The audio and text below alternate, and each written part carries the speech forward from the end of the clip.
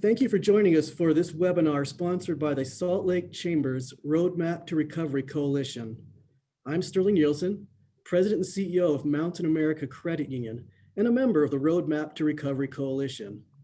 For those who do not already know, the Roadmap to Recovery Coalition is a business-led coalition focused on implementing and promoting our economic recovery. As you all know, Congress has just passed, awaiting the president's signature, a $900 billion COVID-19 relief package to provide aid to individuals, families, and businesses. The package, as it currently is written, includes a $600 per person stimulus check for most Americans, as well as help to small businesses in the form of loans and supplemental jobless benefits. We hope that this session will provide you with better information about the federal stimulus relief bill and what it means for your business. Today, we are joined by Senator Mitt Romney, Congressman John Kaddas, and Natalie Kaddas, President and CEO of Kaddas Enterprises, who will be our moderator. This should be a very informative session. Natalie, take it away. Well, good morning. Thank you, Sterling. And I'm Natalie Kaddas, the co-chair of the Salt Lake Chamber's Small Business Committee, and I have been asked to help facilitate the discussion today. I'm honored to be here. If you have questions during the presentation, please feel free to submit them in the Q&A section at the bottom of your screen. Senator Romney and Congressman Kaddas, thank you very much for joining us today and discussing with us the COVID-19 relief legislation. As each of you cast your vote differently on this bill, we are sure this will be a lively discussion, and we'd love to hear from you as to why this is important to Utah small businesses. Senator Romney, let's begin with you. Thank you so much, Natalie and Sterling. Good to see you again. Just give you a bit of a background on this piece of legislation. You know at the outset here that there's a question about what the president's going to do because he just yesterday indicated that he would like to see the $600 check that goes to each man, woman, and child who has a household income of $150,000 or less. He'd like that number to go from $600 up to $2,000 and is asking Congress to amend the legislation to do that. I'm not sure what the process would be for amending the legislation. Typically, presidents either sign a bill or they veto it. And particularly in this case, where the president's team was very much involved in the negotiation of the legislation, deciding how we would respond as legislative bodies to the president's request is uncertain. But that being the case does not change the fact that, at least in my view, there'll be no changes to the PPP program or to other spending measures that relate to people here in Utah. Just at the top of the discussion here, I'm just going to mention some of the things that Congressman Kaddas and I worked for that are in the bill that help Utah in particular. One is $21 million to the Central Utah Water Project, $48 million to remove the uranium tailings, continue that project at Moab. Also, as you probably saw, the Navajo water rights legislation, which is $200 million to help get running water to Navajo citizens, at the same time to provide for Utah and the nation Navajo claims to water from the Colorado. There's also $2 billion that's going into the Capital Investment Fund, which will help provide funding for the Ogden BRT program, as well as the Orem Provo BRT. And of course, we got full funding for PILT, payment in lieu of taxes, for our rural communities. With regards to the PPP program, it's up again. And even those entities that have received PPP grants or loans in the past are eligible to do so again. This time over, there are a little different parameters. One, you have to have 300 or fewer employees. Number two, you have to be able to show that in one quarter from 2019 to the same quarter in 2020, your revenues dropped by at least 25%. So you've got to show that you were substantially impacted on the top line. If you can do those things, you're eligible. The amount of the loan can be 2.5 times your payroll, or if you're a restaurant or a hotel and certain other industries dramatically hit by the COVID crisis, you can get 3.5 times your payroll. The maximum loan amount is $2 million this time. 60% of the funds are to be used for payroll, 40% for other expenses, and your other expenses have been broadened to include a whole host of other costs that were not previously included in the prior PPP legislation. I note that 501c6s are also eligible for the first time. and that includes broadcasters, newspapers, and the like. Seasonal businesses are dealt with this time in an appropriate way, which is you can pick any 12-week period in the year. So any 12-week period during 2019 compared to 2020 to show your payroll cost and your revenue reduction. Another major change is that, or I should say a clearing up of an uncertainty, is that you will be able to deduct the expenses you've incurred, even as you've used PPP money to pay those expenses. So payroll, rent, and so forth, those are still deductible for tax purposes. So that's a big change and obviously a big improvement. Also, any PPP loans in the amount of $150,000 or less will be nearly automatically turned into grants. You'll still have to apply, but it's a highly simplified process. There will, however, be audits continued in the event that someone is thinking about a fraudulent action, why they will be subject to audit. I guess those are the major elements with regards to the PPP loans. A couple of the things, there's a specific program for museums, for theaters, for various display or gatherings of individuals. It's called the Save Our Stages Act. It got a good deal of money. I think it was $10 billion. And so it'll be a pretty substantial source of benefit for any stage operation here in our state or museum. They have to show at least a 25% revenue reduction. And interestingly, the money is going to be doled out based upon who's suffering the most. So if an entity experienced a 90% or greater reduction, they're going to get the money in the first 2 weeks. Then in the next 2 weeks, it'll be for those at 75% revenue reduction and so forth. But this is going to be applicable to a number of facilities here in our state. You did hear about unemployment insurance. The unemployment insurance supplement will not be $600 anymore. It'll be $500 a week, and that will go through March 14th. A couple of other areas that may be of interest to you. There is a program for rental assistance, and this goes to the landlord, not to the renter. And so landlords are able to apply to the Treasury Department to obtain for a particular renter rent payments that may be due from past rent, so rent in arrear as much as 1 year in arrear, as well as future rent as far forward as 6 months. So this is a program designed to keep landlords in business and having them be able to make their bank payments. Areas of other interest, $82 billion is going to education, about 20% of that to higher education, the rest to K through 12. $7 billion is going into broadband, and there'll be some portion of that money that goes into extending broadband into rural parts of our nation. There's also about $1 billion of that that's going into tribal areas for broadband. $10 billion is going into childcare.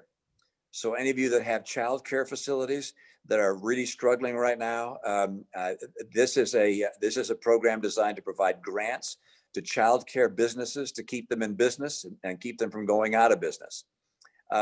Also, perhaps of interest, there's a substantial amount of money, I think $47 billion going to our transportation sector, $16 billion going to airlines, $14 billion going to transit systems, which obviously our state will be eligible for. $10 billion is going into highways. I'm not quite sure how that will be allocated and spent. That was a last minute addition that was not part of our bipartisan work group, but that got brought in at the end. So I'm not quite sure where that goes. About $2 billion is allocated to bus companies. So if you have a bus business that is providing services inside our state, you will be eligible to get grants from this bus program. $2 billion also is allocated for airport operations, as well as concessionaires, and particular focuses on concessionaires. So those of you that have businesses at Salt Lake International Airport should be able to get funds to help cover the reduction in revenues that you've experienced. There's money that goes into food programs for food banks, as well as increase in the amount of SNAP payments by some 15% for the next 6 months. And also there's about $13 billion that goes into agriculture for farmers and ranchers that have been hurt by the changing conditions due to COVID. So I'll take a breath. That's quite an introduction of all the things that are happening. I'm confident that this will become legislation. I don't think the president's insistence on getting the checks to $2,000 instead of $600 is going to mean that these programs won't occur as planned. I don't know, however, whether it could slow things down a bit. I hope not, in part because unemployment insurance runs out for people the day after Christmas, and any delay would be really unfortunate.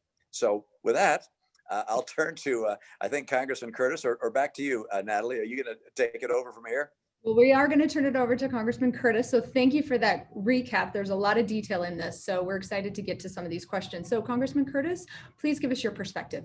So it would be impossible to do a better recap than what the good senator has just done. Senator, I can't imagine that you missed anything. Thank you.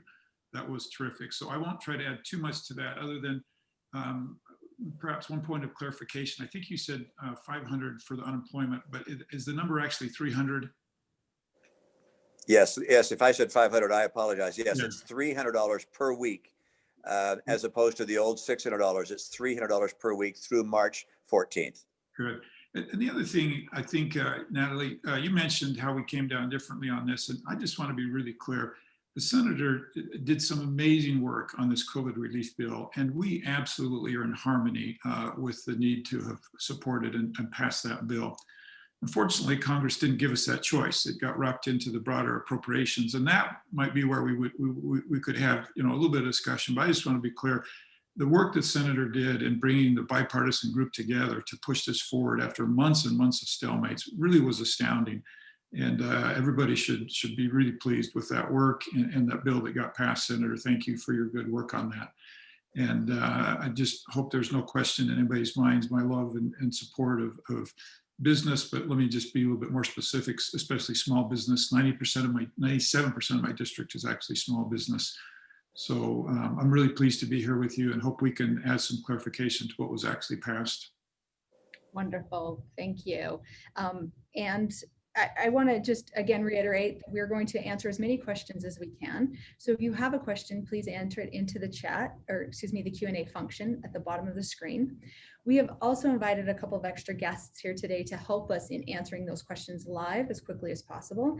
So we have invited Mr. Howard Headlee, who is the president of the Utah Bankers Association, and Mr. Scott Simpson, who is the president and CEO of the Credit Union Association, who is also joining us today to, like I said, answer questions specifically about PPP program, the Paycheck Protection Program, and get those questions answered as quickly as possible. We have some experts with us from the Department of Workforce Services and individuals from the delegation offices as well to try to answer questions virtually. So we know there will be a lot of questions, and I'm going to do my best to try to answer as many as possible. Excuse me. So again, I think that as a small business owner myself, one of the questions that I have, and this will be either for Senator Romney or Congressman Kaddas, is specifically about the tax changes that happened with PPP. Congressman Kaddas, do you want to answer that a little bit? So if I understand it correctly, the the business deductions are applicable for this year, even if it hasn't been forgiven. Is that accurate? Let me first of all say, I'm not sure that there was an issue that we heard more about from our small businesses than this one. And I'm gonna, Senator, you may want to answer the specifics, or we can turn to Brian or one of our staffs to get into the real specifics of it. But let me just tell you, I was on a phone call on the House side, not the Senate side, the House side, with the Secretary Treasurer, and he really pushed back on this. And almost to a person, every member of the House said, we have to do this. We implied in that first legislation that we had done it. This was the intent of our legislation, and our businesses are going to feel like we let them down if we don't get this across the finish line. I actually think this was one of the most important things in that bill. And I just note that I concur with what the Congressman indicated. The Treasury Secretary and others in the administration were insistent that we not change this rule and not allow the deductibility of expenses associated with these PPP grants, and there was a strong pushback, at least in, I don't know about the Democrats, I presume they felt the same way, but at least in our caucus, the Republicans that we met with, insisted that that deductibility be allowed for these expenses. So if Stephen Newton, who is on my staff and oversees the PPP program, Stephen, do you want to elaborate any further from what we've just said? No, I think the congressman and senator captured it perfectly. I think there was a lot of debate with the administration, but ultimately it was really important to put that in there. I know we were hearing from a lot of folks that were concerned about a larger tax bill. So that's covered as well. You'll still be able to deduct your expenses as you traditionally would, whether you paid for that with PPP funds or not. And that was the issue, which is if you got a PPP loan / grant and you used, let's say, $10,000 to pay your rent, the question was, well, is that now a deductible business expense for tax purposes, or was it not because it was paid for by the grant? And that was resolved in this legislation. Those monies that you paid for rent, even if they were provided through the PPP grant, you still are able to deduct them for tax purposes. So it's a big change and a big improvement. Thank you. And as a recipient of the PPP funding, that helps clarify a lot. So thank you very much. So I'm looking at the questions. There's a couple questions here around the SBA payment relief for 7A and 504. Would one of you be so kind to please speak to that? That's going to have to be one of the experts, either from the credit union world or from Howard Headlee from the bankers world. Are you familiar with that issue? Scott or Howard, would you mind taking that question? So we don't have a lot of 7A lenders in the credit union space. So I apologize that I'm not sure that I'm an expert either on 7A lending with the SBA. We probably can reach out though. If you want to forward, we can reach out to the SBA and try to get answers on 7A. Thank you. We will definitely do that. Okay. Stephen, do you have any perspective on that? Yeah, I'm pulling up some stuff that's in the current bill right now. If you don't mind, I think that we could, kind of like Scott said, we could give a general overview, and then if there are any specific 7A questions, if you want to shoot those over to us individually, we can get back with you quickly. Thank you. Great. Rolling through, there's a couple questions about monies that were allocated in the bill for foreign countries. Would somebody like to speak to that? That's actually not part of the if you will, COVID relief package. That's part of the overall government funding, which is about $1.4 trillion. And it does include a portion of monies that go to various foreign aid, charity programs and so forth around the world. My understanding is that figure is about the same as the figure that was requested in the president's budget, which he sent to Congress. So it's not as if the administration did not want money going to any foreign entity. Instead, he did request those funds, and they were ultimately included in the package that goes through Congress. I'd also note, by the way, that the $1.4 trillion number is an enormous amount of money, but I'd note that it's the same number that existed 2 years ago. So it has not been growing. The reason that federal spending overall grows so much will surprise you a bit, because the part we vote on, that's the 1.4 trillion that we just voted on, that part we're able to keep either flat or nearly flat. The part that we don't vote on, however, is much larger. It's twice as large. It's the automatic spending that's not even part of the budget. It's Medicare, it's Medicaid, it's Social Security, interest. And these are growing much faster than the economy at large, faster than our inflation rate. And the reason we have such a huge deficit is because we have not been able to determine how to manage our entitlements in a way that they break even. And we have trust funds that stand behind these entitlements. Those trust funds are almost bankrupt. Within a matter of a few years, we're going to be out of money. So Congressman Kaddas and I, among others, are working to see if we can't find ways to reform our programs and on a bipartisan basis and rein them in. So we often focus on the things that sound important, but are very small money compared to the big ones. We spend trillions and trillions, multiple trillions on things that we don't even get a chance to vote on. Well, thank you. That helps. calm. Congressman, anything you want to add on that? Well, this is a hard subject for all of us, right? Because, and in reading through the questions, there seems to be a lot of question about, why did this COVID bill have to be part of the larger package? And it wasn't until the larger appropriations package came along that we really saw a lot of hope for getting the COVID legislation through. So it was a vehicle that Congress had to pass. And so it's really hard to separate these. And I think there's an argument to be made that we wouldn't have the COVID legislation had it not been attached to the larger bill. But you can see it gives both of us consternation, and it's a hard problem for us to deal with when Congress functions that way. But the reality of it is it probably was the appropriations bill coming along that gave that window to move the negotiations forward and get the COVID relief out to everybody. That's helpful. Thank you for clarifying that. There's a question about when PPP funding will be made available. Do we have any guidance on that? Stephen, have you heard any update on that?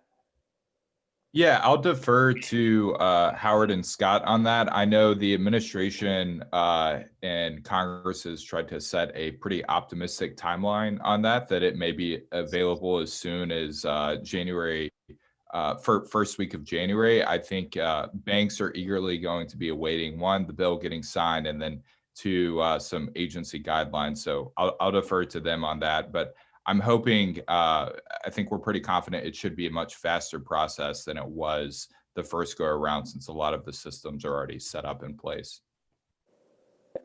Stephen makes a strong point there.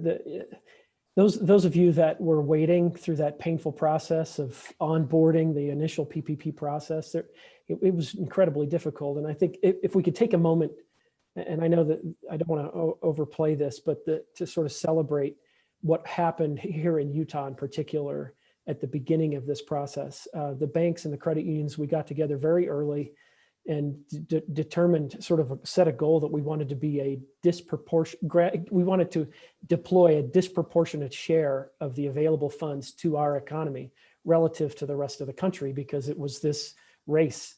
And frankly, it was unbelievable. Sterling, who's on the call, I just pointed to him on my screen, which is probably not accurate. I apologize. But, Mountain America Credit Union was the #1 PPP lending credit union in America. I know that Zions Bank was a top 10 PPP lender amongst all lending institutions in America, which is just extraordinary. And so what happened in that process, as Stephen just spoke to, is systems were built on the fly as rules were being written to streamline that to the greatest extent possible. Money was being deployed as systems were being created, as rules were being propagated from the SBA at an extraordinary rate. And then we had to invent and wrestle with the whole forgiveness process. Well, we've gone through that. I'm hopeful, as Stephen just stated, I'm hopeful that what the guidance we'll receive from the SBA will not be too difficult. One of the great things that I saw in the bill was the simplified forgiveness process for loans under $150,000. In statute, it says it can't be more than 1 page big, which is fantastic.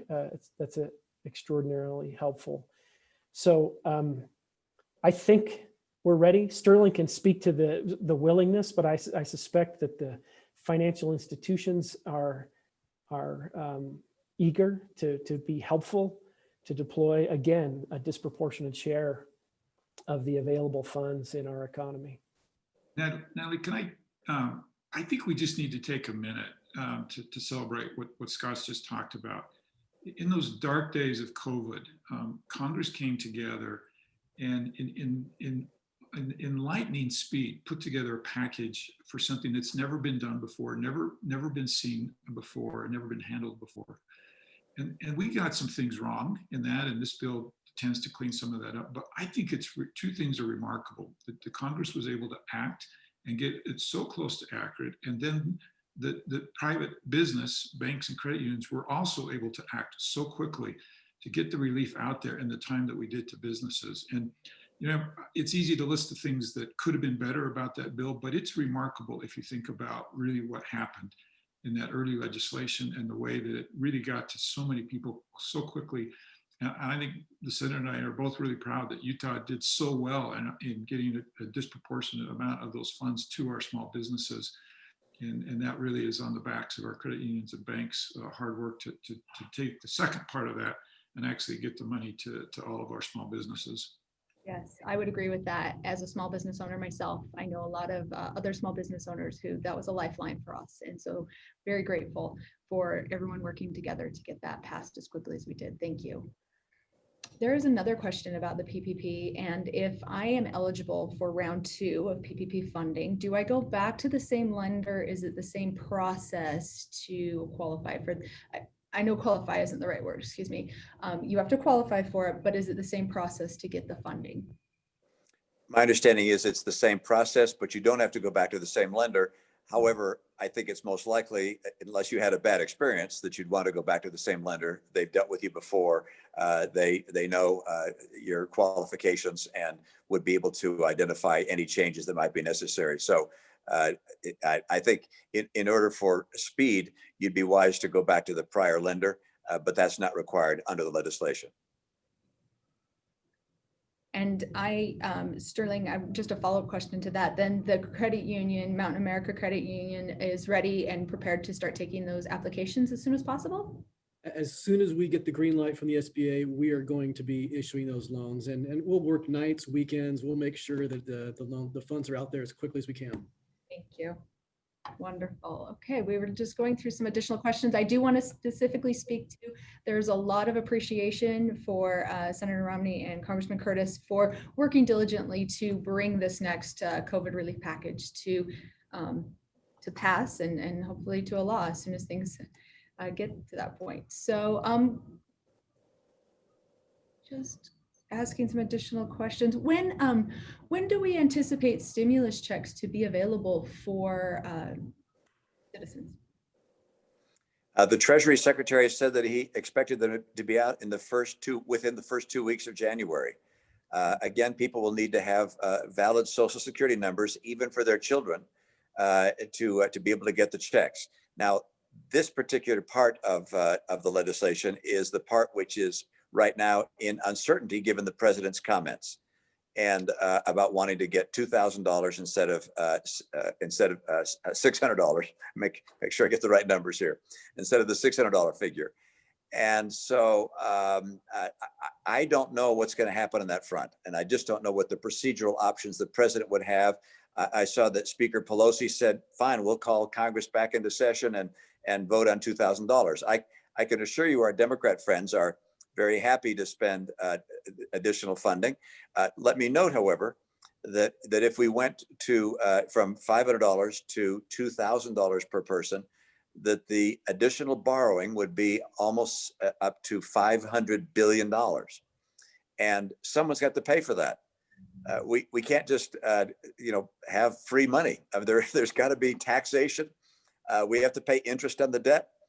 And so when we crafted the bill as we did, we looked to say, how do we get help to people who need it right away in an emergency setting? People who have, let's say, a theater that's going out of business, or a childcare facility going out of business, or a restaurant closing down, or people that are unemployed, or people who can't make rent payments. But we did not think it made sense to write substantial checks to individuals who were working, had jobs, were meeting their obligations, who had household incomes of as much as $150,000 a year. So we saw that differently than did our Democrat friends. But I'm not sure how we'll work it out now, given the controversy that the president has added to the mix. But I do understand it's very popular. It's like everybody in favor of getting a free check from government, raise your hand. Not a lot of hands that go up, but don't forget, we have to pay it back someday, and to pay it back with interest. And that's I think one of the things we'll have to keep in mind. Congressman, do you have a perspective on that? Well, I agree with you. I might just mention a technicality. I believe if you don't file your taxes electronically, it does take longer to get the checks. The ones that will receive them quickly once it's opened up and clarified, or ones who file electronically. And that's because the government's got your bank account and can quickly get that money to you versus having to mail a check to you. And then also for clarification, I think the first round was under 150,000. If I'm not mistaken, this is under 100,000. They went back to the 150. So it's at 150. Okay, so Yeah. everybody was 150. All right. Well, thank you. That helps clarify quite a bit. There's a couple questions here about new businesses who started up in 2020, who may not have been eligible for first round of PPP funding. Maybe they started in March. Are they eligible for PPP funding on the second round? I'm going to turn to Stephen on that, who's more the expert than I. I would anticipate that if they can show a revenue reduction, but if they can't show a revenue reduction, and I don't know how they could, if they started in 2020, they couldn't show a decline from 19. I'd anticipate they would not be eligible. But Stephen, am I wrong in that regard? No, that's correct. That's my understanding as well. Okay, great. There's a question here about PPP. There were limitations on what was allowable for the forgiveness portion. That's different in the PPP funding round 2. Does that retroactively go back to round 1, or are those handled separately? They'll be handled separately. Stephen, you want to read through that list? I didn't write down the list of eligible expenses now that can be in the 40% of your PPP loan / grant that qualify now for forgiveness. Do you have that list? Sure, yeah. So it has the existing list that qualified previously, and then they added on top of that PPE for workers, and then covered operations, which is going to include various software, accounting expenses, HR expenses. And then lastly, I don't think this will be as much of an issue in Utah, but it also includes as an eligible expense repairing property damage due to public disturbances, particularly from this summer. Great, thank you.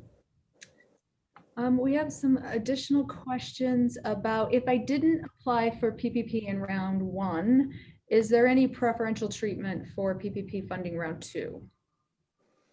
I got to turn to our bankers and credit union officers to give us the update on that.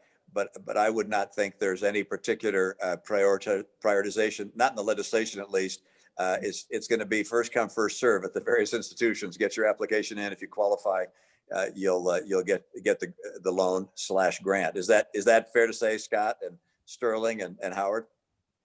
Yeah, I think that's accurate. One of the things, the approval of the SBA in the first round, that's what we have to judge what the next round will feel like. But the approval was sequential. It had to go through the mechanics of the SBA's approval process, which created a queue, and that queue was frustrating for a lot of borrowers and lenders, to be honest. And so,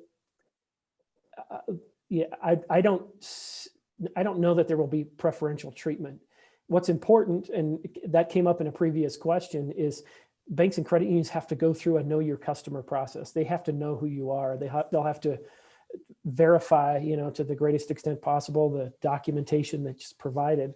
And that again creates a bit of a sequence, but I think that's how these funds will work, is it ends up going through that approval tunnel at the SBA, and then loans will be funded. Howard, do you have any color? That's accurate. We have to do what we have to do when we approve anything. If it's a new customer and we don't have any records on file, there's a whole bunch of that we have to go through. That may seem like a preference, but for the folks that have already been through that process, it'll be easier for them. Let me just note that I'm getting a note here that even though there's not a priority or a preference for first-time borrowers, there is a set aside so that of the total PPP funding, $35 billion has been set aside for first-time borrowers.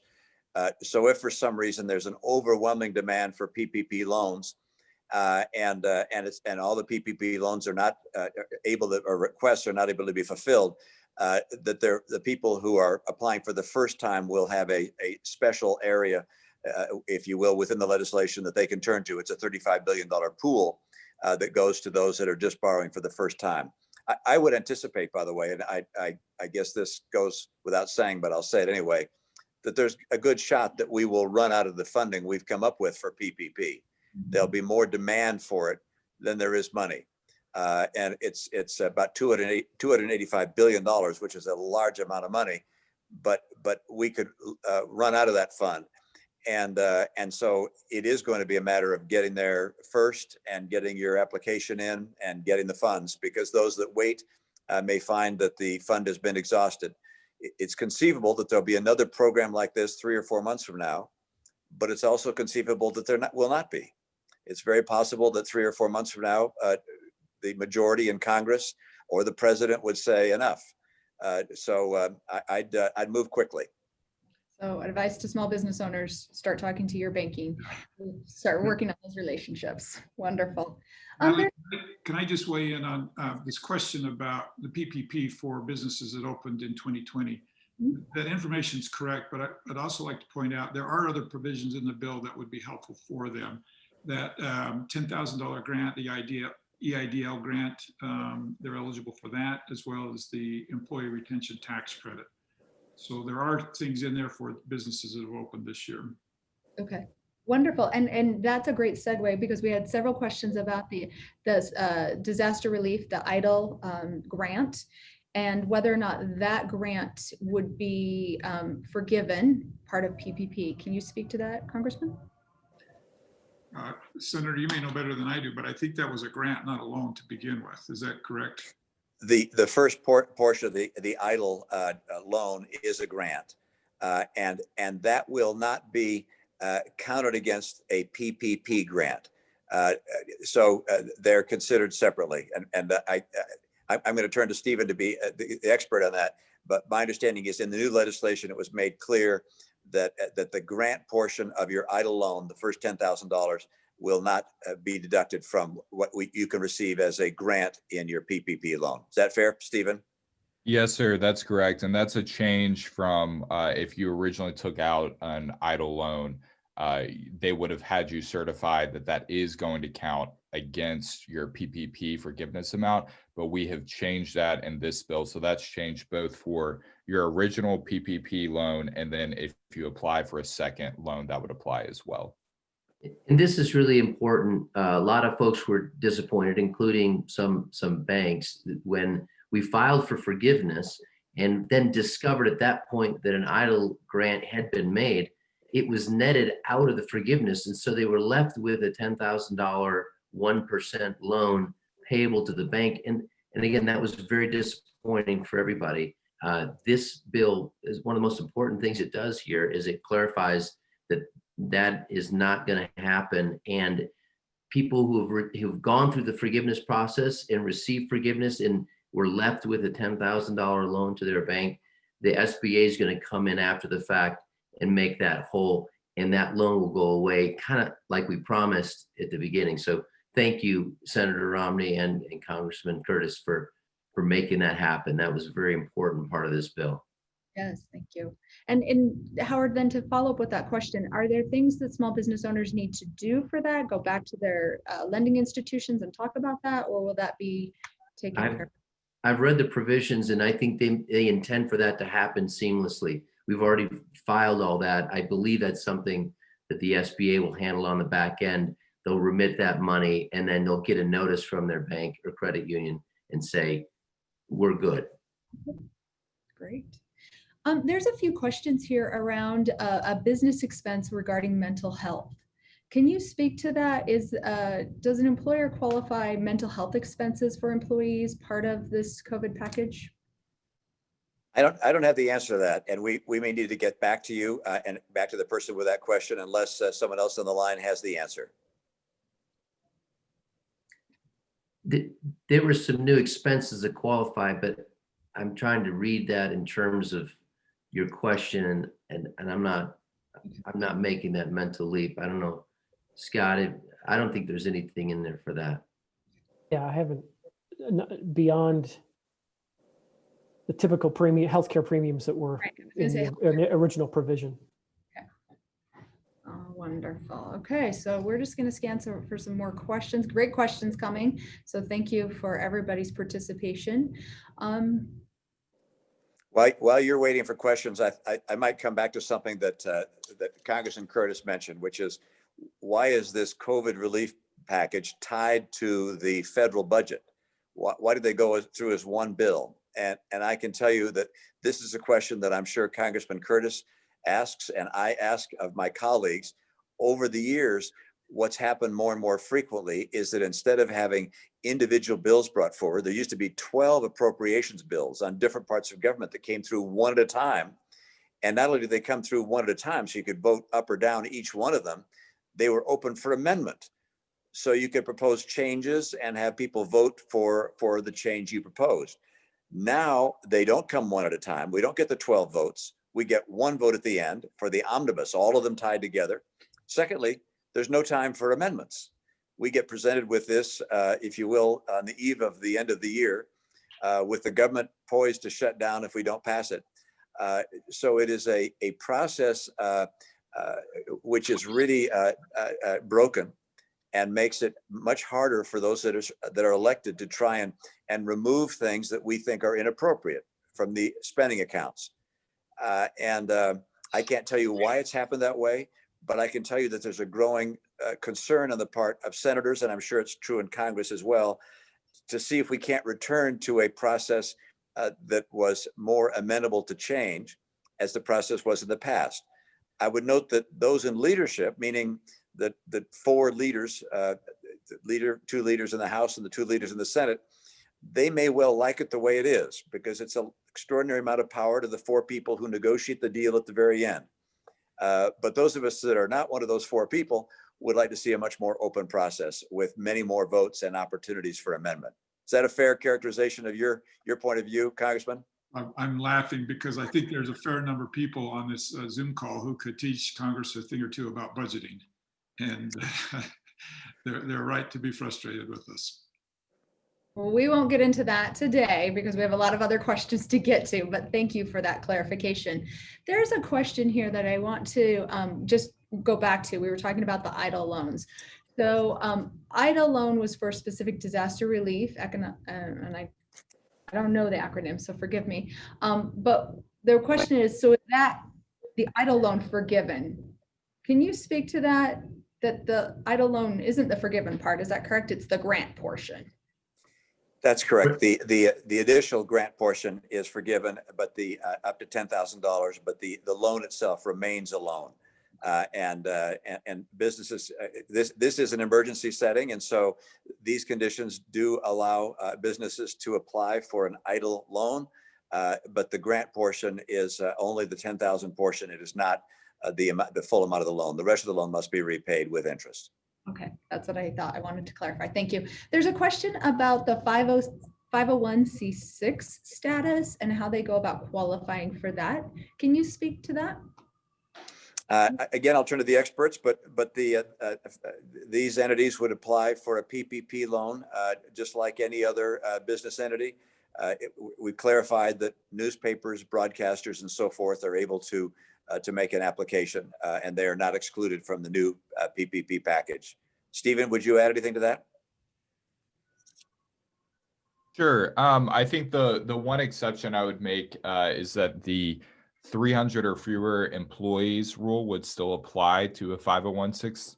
And then one other thing is that if more than 15% of your receipts are from lobbying, then you would not qualify. So your lobbying, if you have lobbying activities for your 501c6, that's more than 15% of your overall activities, or it exceeds over $1 million in the most recent tax year, then you would not qualify for PPP. Okay, thank you. And does that include nonprofits who have less than 300 people as well? They would qualify, and they have the reduction in the qualifying 25% reduction in gross receipts. They would qualify for PPP funding as well. Is that correct? Yeah, that is true. Nonprofits are also able to get PPP loans, as well as religious institutions, schools, public schools, private schools, parochial schools are able to get PPP loans. I would note that there is funding provided to parochial and private schools through the education bucket of funds, if you will. And that funding is only applicable if that institution has not also received a PPP loan. So you've got to decide which source to support if you're one of those institutions you'd like to turn to. The education funds go to pay for COVID-related expenses. So perhaps computers, personal protective equipment, Lexan dividers for classrooms and so forth.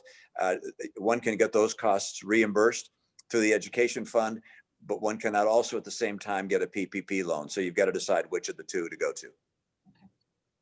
Wonderful.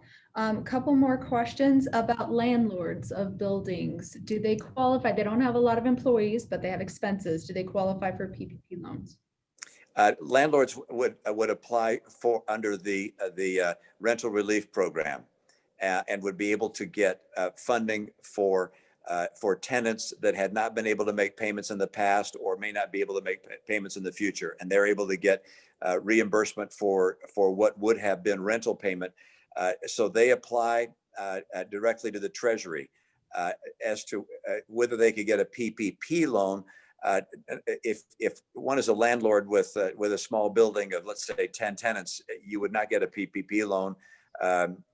You wouldn't have sufficient employment to qualify for a substantial amount given the 2.5 times a year payroll that you'd get.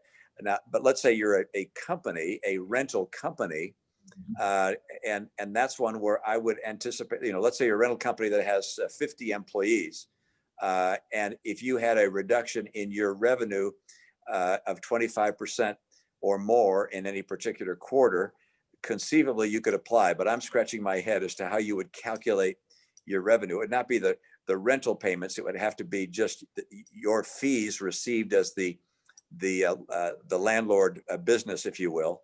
I guess it would be possible, technically possible. Let's turn to the bankers and credit union folks to answer that question. A business that owns a whole series of properties and is collecting rents that had a reduction in their fees, I would presume they'd be eligible for a PPP loan.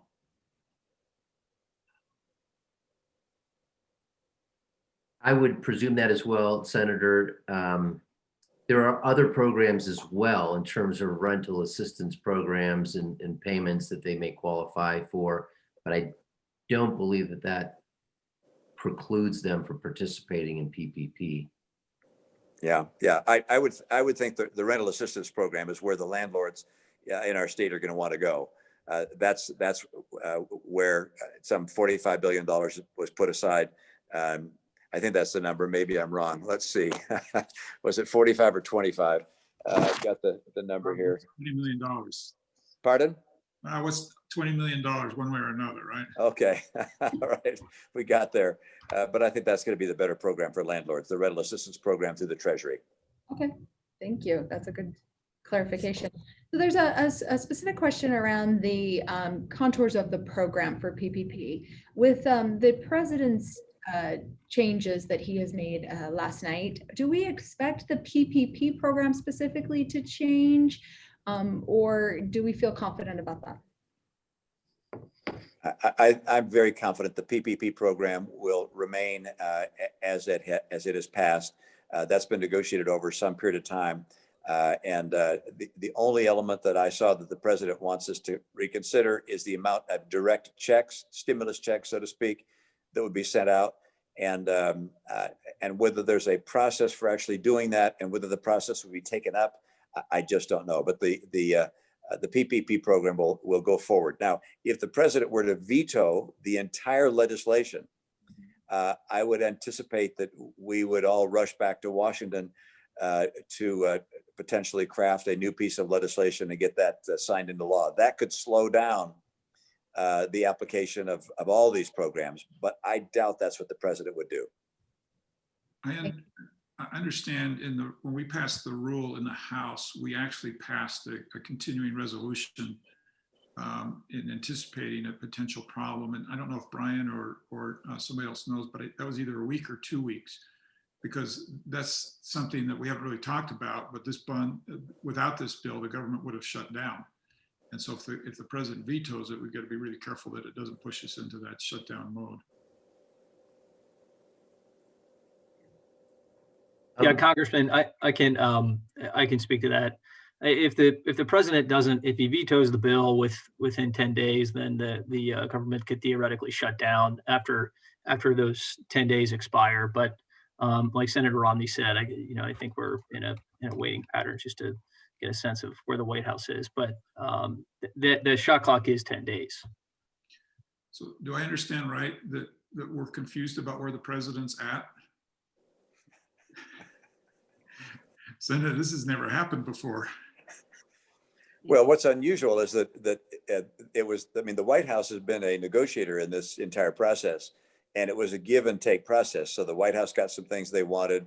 They gave some things they didn't want. I mean, that's the nature of a negotiation. One can't forget that this is not the bill that either Congressman Kaddas or I would write.